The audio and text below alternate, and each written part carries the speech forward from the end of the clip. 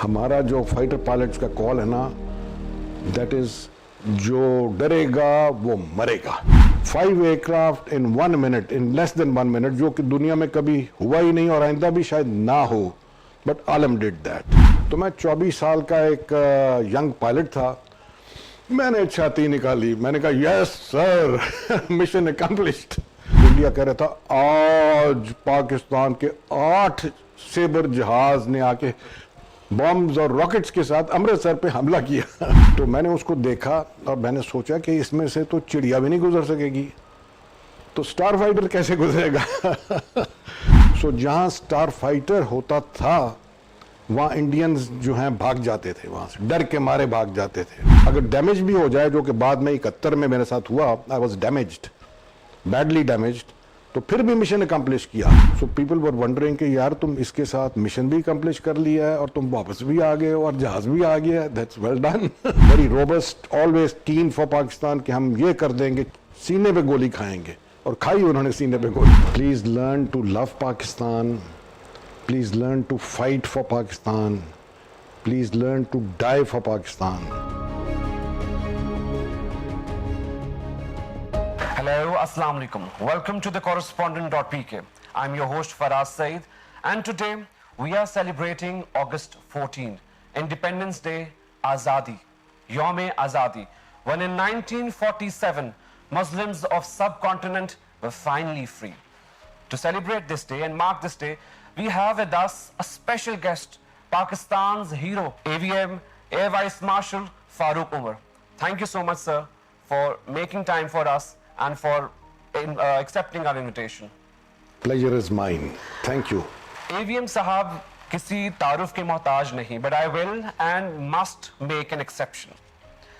BSc Honours War Studies, BSc Honours Defence and Resource Management, MSc War Studies, Doctorate International Relations, Ran of Kutch Operation 1965, Kashmir Operation 1965, Indo-Pak War 1971. उसके बाद gallantry awards, हिलाल इम्तियाज, सितारे जुर्रत, सितारे Imtiaz military, सितारे बसालत, तमगा बसालत. उसके बाद he was elected as the president Pakistan Hockey Federation, and under his belt he won Pakistan's hockey team won Champions Trophy and World Cup. He has also served as PIA's MD and CEO. Sir, so much so, इतनी ज़्यादा service to this country, to this motherland, जब आपको आज़ादी, independence word coin किया जाता है, तो आपके जज्बात कहाँ रुकते हैं और आपके जहन और दिलो दिमाग में क्या आता है? इसको तो मैं कहूँगा जी freedom, the power and satisfaction of being free in life, to do what you want to go to any place of worship and to sermon anybody that you like, day or night. That's what it is. That's freedom. So your service to the country. Now, ये सारे awards गिनवाने की ज़रूरत इसलिए थी ताकि the people who are listening, the people of this country, the youth of this country must know what is the true meaning of serving this country. Sir, आपने 1965 की war, 1971 की war, अगर आप हमें chronological order से बता सकें कि आपको ये सारे awards किस टाइम पे मिले? इट इज सेल्फ एक्सप्लेनेटरी कि 1965 का 1965 के साथ ताल्लुक है, 71 का सितारे जुर्रत का 71 के साथ ताल्लुक है, और जो बाकी हैं वो इन बिटवीन के जो नॉन गैलेंट्री हैं, सिताराज एंड तमगाज हैं, वो सारे in between for good service and good performance. ठीक है। सो 1965 की वॉर हीरोइक्स कि अगर आप कोई आपकी जहन में कोई यादें हो? Supersonic boom over Amritsar. Do you want me to explain that to you? Yes, please. We'll really appreciate that. Okay, thank you. ये 1965 में मैं कश्मीर की पहाड़ियों पे कॉम्बैट एयर पेट्रोल कर रहा था in a Starfighter F-104. You know Starfighter F-104? No, sir. Okay, then I'll tell you what is a Starfighter F-104. Starfighter F-104 is one of those aircraft जिसमें के फाइटर पायलट्स को चुना जाता था to fly Starfighters before going to the moon. ये stepping stone था और this aircraft would fly at twice the speed of sound and when it would open up par to take off तो ज़मीन थरथराती थी और जो इर्द गिर्द विलेज के बच्चे थे वो रोना शुरू कर देते थे और जब ये आगे ब्रेक्स रिलीज़ करता था तो गोली की तरह जाता था और जब ये टेक ऑफ करता था तो लगता ऐसे था जैसे कि ये इसमें इतनी पार है कि अगर दो बफलोज भी आप इसके साथ लटका दें तो ये माउंट एवरेस्ट 2 मिनट में पहुंच सकता है। इसमें एक रेडार था जो कि 25 किलोमीटर देख सकता था और इसके साथ 2 साइड वाइंडर मिसाइल्स भी थी और ये चीज़ें इंडिया के पास नहीं थी। सो जहाँ स्टार फाइटर होता था वहाँ इंडियंस जो हैं भाग जाते थे, वहाँ से डर के मारे भाग जाते थे। So I was flying there combat air patrol over Kashmir looking for any Indian aircraft that would be available ताकि मैं उनके साथ पाव वाव कर सकूँ जी। तो I got a call from air marshal Noor Khan कि Farooq you go to Amritsar और वहाँ पे लो लेवल में सुपरसोनिक फ्लाई करो और हैबत और दहशत फैलाओ ताकि इंडियंस को पता चले कि हमें हमारे साथ पंगा ना लें, हम किसी टाइम पे भी आपको बताए बगैर आ सकते हैं and be very careful with us, don't molest with us. तो ये उनके लिए वार्निंग थी। तो मैं वहाँ गया इन 2-3 मिनट्स। तो मैंने वहाँ पे पहले सुपरसोनिक बूम किया जिसकी वीडियोस मौजूद हैं। तो मुझे थोड़ी देर के बाद एयर मार्शल नूर खान ने पूछा कि Farooq has the mission been accomplished. तो मैं 24 साल का एक यंग पायलट था। मैंने छाती निकाली, मैंने कहा यस सर मिशन अकम्प्लिश्ड। उन्होंने कहा वेल डन, लेकिन अभी तुमने इसको दोहराना है, this is not enough, do it again.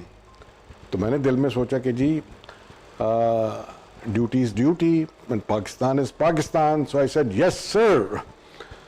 तो मैं उनके ऑर्डर के मुताबिक सेकंड अटैक के लिए गया and I turn left 90 degrees and then 270 degrees right to turn back to Amritsar.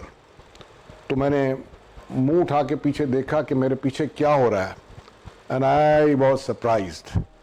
आसमान सुर्ख था तोप के गोलों से। जो पहले 100 तोपें वहाँ नस्ब थीं, उनके जो गोले थे वो मेरे पीछे रहते रहे थे और उस वक्त ये लोग जो थे ये तैयार नहीं थे, इनको पता नहीं था कि इस स्पीड के साथ एक स्टार फाइटर आ सकता है। अब वो लोग तैयार थे और वो मुझे देख रहे थे टर्न करते हुए। तो मैंने उसको देखा और मैंने सोचा कि इसमें से तो चिड़िया भी नहीं गुजर सकेगी, तो स्टार फाइटर कैसे गुजरेगा। So that was a sure way of being knocked out of the sky. Then I said to myself, I said भाई फारूक तुम क्या सोच रहे हो, ज़्यादा से ज़्यादा क्या हो जाएगा, तुम मर जाओगे, तुम शहीद हो जाओगे, तो वो तो बहुत बड़ा रुतबा है, तो don't wait, don't think about it, just go ahead. तो मैं छलांग लगा के उस लाल लाल गोलों में चला गया और वो इतने ज़्यादा थे, पूरा एक एनवेलप बना हुआ था, छतरी थी जिसमें रनवे भी नहीं थे नज़र आ रही। सो मैं उसमें से जाता रहा और ये गोले लेज़र की तरह आते थे, इतने इतने बड़े, और कोई राइट से गुजरता था, कोई लेफ्ट से गुजरता था, कोई ऊपर से गुजरता था, कोई नीचे से गुजरता था। मुझे किसी गोले ने टच नहीं किया, although the aircraft would shake whenever it would pass and I smoothly went through and I said जिसे अल्लाह रखे उसे कौन चखे। दैट वाज अ प्रूफ, अल्लाह रखता है तो आप बचते हैं, अगर अल्लाह नहीं चाहेगा तो कुछ भी नहीं होगा। So when I landed on the other side, तो वहाँ पे एक जो रिसीविंग पार्टी थी क्रू चीफ की, वो भागे भागे मेरे पास आए, कह रहे सर जल्दी आए जल्दी आए जल्दी आए। और मैंने कहा भाई क्या हो गया, मुझे बाहर तो निकलने दो। उन्होंने कहा जी देखें इंडिया क्या कह रहा है। तो रेडियो पे इंडिया था, तो मुझे उन्होंने बुलाया और मैंने गौर से सुना, तो इंडिया कह रहा था आज पाकिस्तान के 8 सेबर जहाज ने आके बॉम्ब्स और रॉकेट्स के साथ अमृतसर पे हमला किया। तो सब लोग हंसे That was कि the जी, impact. हाँ जी, सब लोग हंसे कि जी ये तो एक निहत्था स्टार फाइटर्स था, तो इनको तारे नजर आ रहे हैं, इनको 8 जहाज नजर आ रहे हैं, इसका मतलब है ये डिमोरलाइज हो गए हैं, और डिमोरलाइज हो गए तो हमारे लिए बहुत अच्छा है, इसका मतलब they will lose, mission accomplished. Mission accomplish and they lost. जी जी सर, आप उस वक्त का जो वैलर था, जो जुनून था मुल्क के लिए मर मिटने का, यूनियो के उसके अंदर से चिड़िया भी नहीं जा सकती लेकिन आपने जहाज गुजार दिया, वो किस तरह उस जमाने में आता था जहन के अंदर, दिल के अंदर, शरीर के अंदर, रूह किस तरह इतनी मजबूत हो जाती थी पाकिस्तान के लिए, इस मिट्टी के लिए? पहले तो जी बचपन से हमारी कंडीशनिंग थी by Quaid Azam Mohammad Ali Jinnah and my father who was a supporter of Quaid Azam for Pakistan, कि we were condition to do the best for our motherland, और दूसरी चीज़ों का जो थ्रेट्स थे उनका हम सोचते ही नहीं थे, वो माइंड में ही नहीं था। Mission is all that you are looking at, कि जी ये करना है और इधर उधर आपने देखना नहीं है, और करके रहना है, हर हालत में करना है। अगर डैमेज भी हो जाए, जो कि बाद में 71 में मेरे साथ हुआ, I was damaged, badly damaged, तो फिर भी मिशन अकम्प्लिश किया, even in a broken form. तो इसलिए वो कोई ऐसी चीज़ नहीं थी, because it never touched our mind कि जी कुछ हो भी सकता है। We always thought only about our mission, कि उधर जाना है, ये करना है और ये करना है और ऐसे करना है। When we were always successful, no fears of any kind. Sir, ये जो आपने इंसिडेंट बताया 71 का, आप इसको बता सकते हैं, हमारी ऑडियंस को बता सकते हैं? Audience को अच्छा, then we are jumping in terms of time for 6 years. Yes. Okay, 71 में I was a flight commander of the Mirage Recce Squadron, and उसमें मुझे ऑर्डर मिला कि जी आपने पठानकोट जाना है और वहाँ पे आपने फोटोग्राफी करनी है, रेकी करनी है, टू सी के B-57s एंड मिराजेस दिन रात पठानकोट को अटैक करते रहे हैं, लेकिन पठानकोट अभी भी क्रिपल नहीं हुआ, उड़ान जारी है। तो क्या असल सिचुएशन क्या है? हमारे जो थे इंटेलिजेंस के कारिंदे वो सब पकड़े जा चुके थे, वॉर ऑलरेडी शुरू थी, तो इसलिए हमारे पास कोई सिस्टम नहीं था चेक करने का, except to send an aircraft, and that aircraft happened to be me. So I went there and I flew over Pathankot, और पठानकोट में, अमृतसर में तो 100 गन्स थी ना, पठानकोट में 200 गन्स थी, और कठवा ब्रिज के ऊपर 100 और गन्स थी looking down at Pathankot. So I went down there and मुझे कुछ नज़र ना आए। मैंने बड़े गौर से देखा तो पता चला कि जी वहाँ पे इंडियन जो आर्टिस्ट्स हैं कॉलेज में, उन्होंने उसको कैमोफ्लेज पेंट किया हुआ है, एयरफील्ड को कैमोफ्लेज पेंट किया हुआ है, और वो फोलिएज के साथ इस तरह से ब्लेंड हो रही है कि नज़र नहीं आता।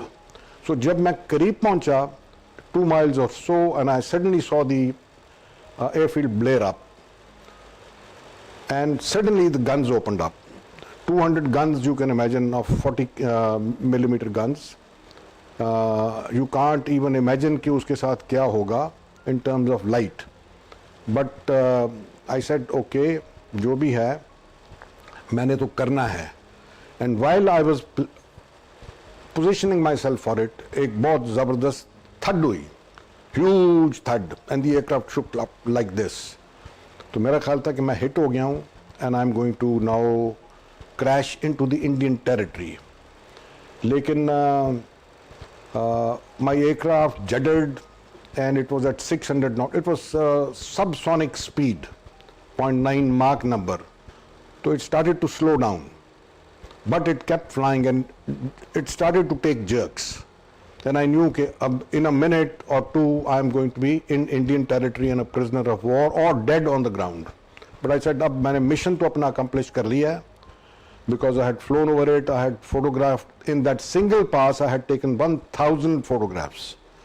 तो मैंने कहा ये मेरे लिए काफ़ी होगा, अब जो मर्जी होता रहे, बस ये photographs वापस पहुंचानी है.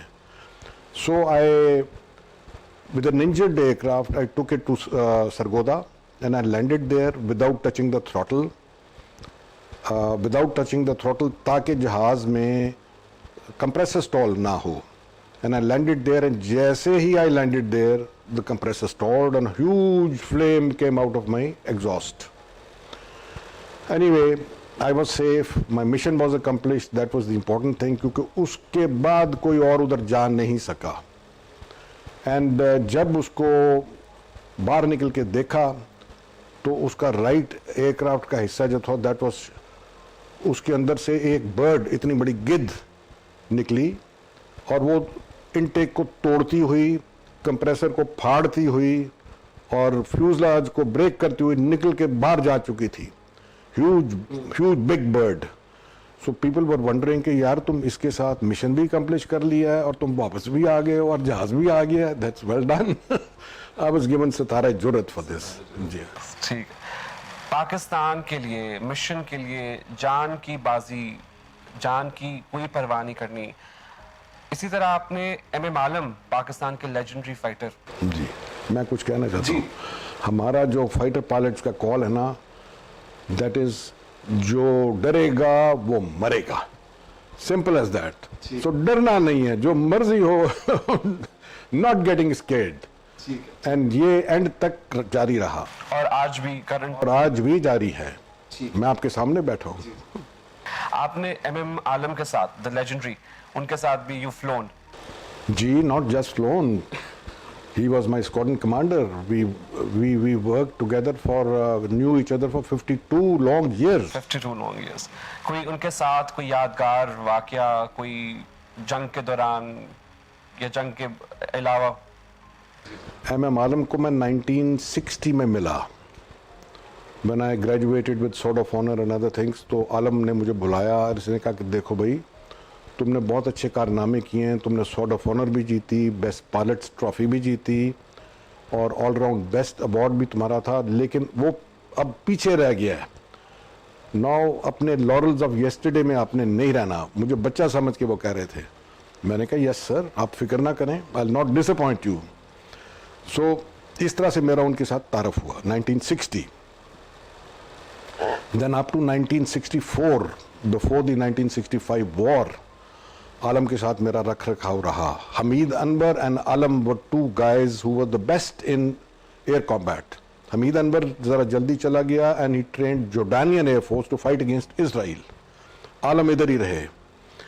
तो आलम को मैंने नोटिस किया कि आलम साहब जो हैं वो जब घर आते हैं तो सिमुलेटर है ना जो जहाज़ का, वो अपने साथ ले आते हैं और प्रैक्टिस करते रहते हैं कि मैं इधर से देखूंगा इंडियन एयरक्राफ्ट आ रहा है तो मैं ऐसे करूंगा, उधर से देखूंगा तो मैं उसको ऐसे करूंगा. तो हमने उनसे पूछा आलम साहब कि सर आप ये क्या कर रहे हैं? उन्होंने कहा भी मैं तैयारी कर रहा हूं कि अगर अल्लाह ताला मुझे मौका देता है कि इंडियंस के साथ जो प्रॉब्लम्स हो सकती हैं, fight combat takes place, then I should be able to shoot maximum number of aircraft in minimum possible time with minimum ammunition. तो जो मेरे साथी थे उन्होंने हंसा. उन्होंने कहा यार आलम साहब, आप कराची में बैठे हैं और वो जो वॉर होनी है वो सरगोदा के एरिया में, सेंट्रल पंजाब में होनी है, तो आप तो उधर होंगे ही नहीं. उन्होंने कहा भाई मैं तो तैयारी कर रहा हूँ. It is up to God almighty कि किसने कहाँ होना है. Planning ahead. मैं तो अपनी ट्रेनिंग कर रहा हूँ. सो लो एंड बिहोल्ड, जब वॉर स्टार्ट हुई तो आलम साहब 11th स्क्वाड्रन में थे और 11th squadron had been shifted to Sargodha from Mauripur, from Karachi. And lo and behold उस वक्त Alam Sahab was airborne and he was at 10,000 feet. मैं भी वहां पे था. I was at 15,000 feet and Arif Iqbal was at 20,000 feet. तो वो जब इंडियन की पहली वेव ने आके पुल अप किया तो एन आलम साहब के सामने आ गई. तो आलम साहब ने फिर एकदम झपटे और उन्होंने उनको लाइन स्टर्न में पकड़ा और एक एक करके 5 जहाज़ों को उन्होंने आग का गोला बना दिया. And that was a record. 5 aircraft in 1 minute, in less than 1 minute, जो कि दुनिया में कभी हुआ ही नहीं और आइंदा भी शायद ना हो. But Alam did that. It was a great achievement. और उसका असर ये हुआ कि जो इंडियन सेकेंड वेव थी, जब वो the leaders of the Indian first wave, उन्होंने शोर मचाया कि यार हम तो मारे गए हैं, ये हो वो, भागो दौड़ो, तो सेकंड वेव नहीं आई और सेकंड वेव मुड़ गई. तो उसके बाद थर्ड वेव भी नहीं आई. So instead of further damage to Sargodha, we were saved this discomfort, and because the Indians had returned back to Adampur and Halwara. तो ये आलम साहब के साथ इन दी एयर जो मेरा इनकाउंटर था वो भी है, और वैसे भी मैं उनका जब मिराजेस के लिए पाकिस्तान ने ऑप्ट किया आफ्टर द 65 वॉर 67 में, तो फिर उन्होंने मुझे भी सिलेक्ट किया to be his flight commander in Mirages का आपने देखा ना कि 50th ईयर भी मनाया गया है। तो इस तरह से मेरा आलम साहब के साथ बहुत गहरा ताल्लुक था, और उन्होंने मेरे ऊपर अपने प्रीफेस में 4 पेजेस लिखे हैं, वो आप ज़रूर पढ़िएगा। जी सर, मेजर अजीज भट्टी शहीद और मेजर शबीर शरीफ शहीद, they were your students at one time. Could you tell us something about them? I will let you know. This is very early in the 60s, before the 65 war. Army को train करना पड़ता था for forward air controlling, कि जब जहाज़ आएंगे army की support के लिए तो आर्मी ऑफिसर्स ने उनको कैसे टारगेट्स पे वेक्टर करना है, कि भाई ये टैंक इधर है, इतने फासले पे है, तो एयरफोर्स वालों इसको आपने इस तरीके से मारना है। तो उसमें ये दोनों अफसरान जो थे ये बारी बारी मेरे स्टूडेंट्स बनते रहे, और मैं इनको जो है ग्राउंड लेज़ॉन की ड्यूटीज़ देता रहा, उनको समझाता रहा और उनको पुख्ता किया ताकि ये अपने सोल्जर्स को बाद में मज़ीद ट्रेनिंग दे सकें। And in 65 it was the Elder, वो मेजर थे, और उनके भाई जो थे बाद में इन द 71 वॉर, वो 71 वॉर में इसी ट्रेनिंग के लिए आए।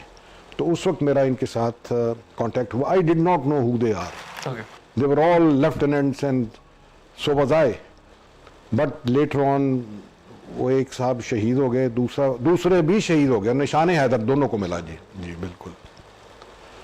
तो but they were fearless and very robust, always keen for Pakistan कि हम ये कर देंगे, सीने पे गोली खाएंगे, और खाई उन्होंने सीने पे गोली। कोई मकसद अगर बुलंद हो तो फिर आप हासिल भी कर लेते हैं।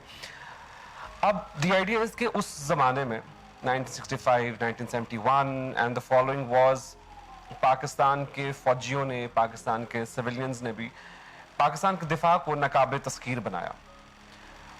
आप क्या समझते हैं कि आज पाकिस्तान की जो फोर्सेस हैं, पाकिस्तान का जो डिफेंस है, where does it stand? Pakistan का डिफेंस बहुत ज़बरदस्त है, and I would say in a short expression कि Pakistan air force is the best air force of the world. Why is it the best air force of the world, you will ask. तो मैं ये कहूँगा कि Pakistan air force is the one and only air force in the world that manufactures its combat aircraft itself in Pakistan. दूसरी countries जो हैं वो खरीदती हैं, फिर उन पर ट्रेन करती हैं, फिर उनको फ्लाई करती हैं, फिर अगर उनकी कॉम्बैट हो तो उसमें इस्तेमाल करती हैं। पाकिस्तान खुद अपना जहाज़ बनाता है, JF-17 थंडर एंड K-8, और फिर इस पे ना सिर्फ फाइट करता है बल्कि दुश्मन को मज़े भी चखाता है। बिल्कुल बिल्कुल। अभी बालाकोट इंसिडेंट जिसके अंदर हमने उनको चाय भी पिलाई और एयरफोर्स ने ही पाकिस्तान का दिफा किया। आपको क्या लगता है कि इंडिया को कितनी दफा सोचना चाहिए पाकिस्तान के ऊपर हमला करने से पहले, क्योंकि वो war mongering is very much prevalent in India 24/7? जी, इंडिया का है कि they believe in disinformation and they believe in deception. Lala आपको राम राम कहेगा और पीछे से खंजर चबाएगा, खंजर मारेगा। So don't believe the Indians, they will always tell you the wrong thing and then do something else. जब वो ज़्यादा फ्रेंडशिप शो करें तो असल में they are planning for something else, जिस तरह इंडियंस ने किया। बिल्कुल। तो उसमें तो आप ट्रस्ट करें ही नहीं। और ये हमारे जो है ना अज़ली दुश्मन हैं, जब तक ये पाकिस्तान को तंग कर सकते हैं ये करते रहेंगे। We should never bite what they say. वो तो अपनी प्राइम मिनिस्टर को उन्होंने मार दिया, इंदिरा गांधी को, और वो प्राइम मिनिस्टर के जो गार्ड्स थे वो थे जो उनके चुने हुए गार्ड्स थे। And when it came to that, Indira Gandhi को उन्होंने छोड़ा नहीं। तो ये किसी के नहीं है और ना आइंदा होंगे, सो उनकी बातों में कभी नहीं आना चाहिए। बिल्कुल। So you've also been an author of two amazing and great books. One of the books' title is "Learn the Secrets of Success." What is the holy idea of success? Well, that's a philosophical question जी। Success कोई fixed चीज नहीं है। अगर flight lieutenant wing commander बन जाता है तो ही सक्सेसफुल, लेकिन अगर विंग कमांडर ही रहता है तो ही इज नॉट सक्सेसफुल। और अगर मैं ग्रेजुएट करके एयर वाइस मार्शल बन जाता हूं और वॉर में हिस्सा लेता हूं और कुछ कर देता हूं, तो to that degree I am successful. But again if I fail later on then I am not successful. So continued success में आप एक माउंटेन क्लाइंब करते हैं तो आपके सामने एक दूसरा माउंटेन आ जाता है, फिर आपको वो भी क्लाइंब करना पड़ता है। Continued success is what counts, not a one time success. तो इसलिए सक्सेस को रेट करना कि आप सक्सेसफुल हैं या नहीं हैं, अगर आपने अपना मिशन अकम्प्लिश कर लिया है तो you are successful for that mission. But again you have to fight for other missions that will come ahead of you. तो इसलिए ये एक मूविंग टारगेट है जो कि आपने अचीव करते रहना है। And sir, on this occasion, since we're celebrating August 14, what is your message for the youth of this country? How to serve this country? Please learn to love Pakistan. Please learn to fight for Pakistan. Please learn to die for Pakistan. And whatever you can do for Pakistan, do your very best at that time. Having said all that, मैं कहूँगा कि नाराए तकबीर अल्लाह अकबर, नाराए तकबीर अल्लाह अकबर, नाराए तकबीर अल्लाह अकबर। पाकिस्तान जिंदाबाद, पाकिस्तान जिंदाबाद, पाकिस्तान जिंदाबाद। I was 25 years old when I did my first supersonic run over Amritsar. Now I am 80 years old. But if I am given a chance, I'm ready to fight for Pakistan and safety of Pakistan again and again and again, and inshallah to the last drop of my blood. इसी point के ऊपर हम अपने programme को conclude करेंगे। Love Pakistan, fight for Pakistan, and if need be die for Pakistan. And this is a very beautiful message from a war veteran, from a soldier who has fought for this country, who has returned from the battlefields as Ghazi. And who can better tell us about what to do for this country and what not to do for this country. And on this note, thank you so much, Air Marshal साहब, आपने हमें time दिया, और let's hope Pakistan कायम व दायम रहे और ये अमन का कहवारा रहे, और let's hope Muslims of this country and every minority of this country, every person, every national of this country prospers and stays safe. Shukriya, Ameen.